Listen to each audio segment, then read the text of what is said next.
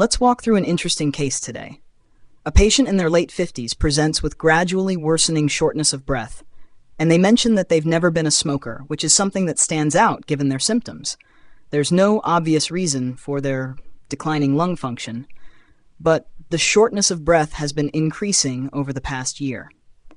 So we're asked to evaluate their chest X-ray to get a clearer picture. Now, when I look at the X-ray, something jumps out immediately. The lungs are extremely hyperinflated. It's like the lungs are trying to occupy more space than they should. The diaphragms are visibly flattened, which is a key clue that these lungs are under a lot of pressure, or more precisely, they are overexpanded. This isn't the typical pattern we'd expect with something like chronic smoking-related emphysema, where the upper lobes are most affected. Here, the hyperexpansion has a basal predominance, meaning it's primarily affecting the lower lung zones. But that's not all. I also notice enlargement of the central pulmonary arteries.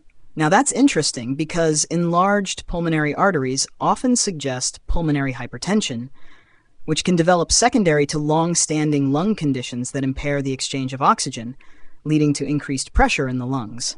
So we've got a couple of important findings already. Hyperinflated lungs and enlarged pulmonary arteries, both of which point us towards an obstructive lung disease process. At this point, I'm thinking of a few potential causes. Conditions that can lead to lung hyperexpansion include chronic obstructive pulmonary disease, COPD, but that often affects the upper lobes, especially in long-term smokers. In contrast, this basal pattern makes me think about more specific causes. One that comes to mind is alpha-1-antitrypsin deficiency. This is a genetic condition that leads to destruction of lung tissue, particularly in the lower lobes, due to a lack of protective proteins like alpha-1-antitrypsin, which normally help prevent lung damage from enzymes like neutrophil elastase. Let's pause and think about why this matters. In cases of alpha-1-antitrypsin deficiency, patients often present with symptoms that are similar to COPD, but they have a few distinguishing features. They are frequently younger than typical COPD patients, and as in this case, they may never have smoked.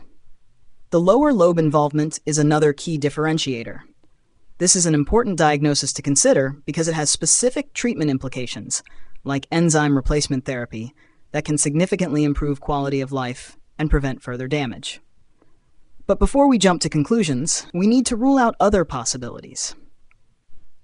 For instance, conditions like Ritalin toxicity could theoretically present with similar lung hyperinflation, though that's far less common, and the clinical context here doesn't really fit. Ultimately, the combination of the patient's clinical history, the X-ray findings of lower lobe hyperinflation, and the enlarged pulmonary arteries strongly suggests a diagnosis of alpha-1-antitrypsin deficiency.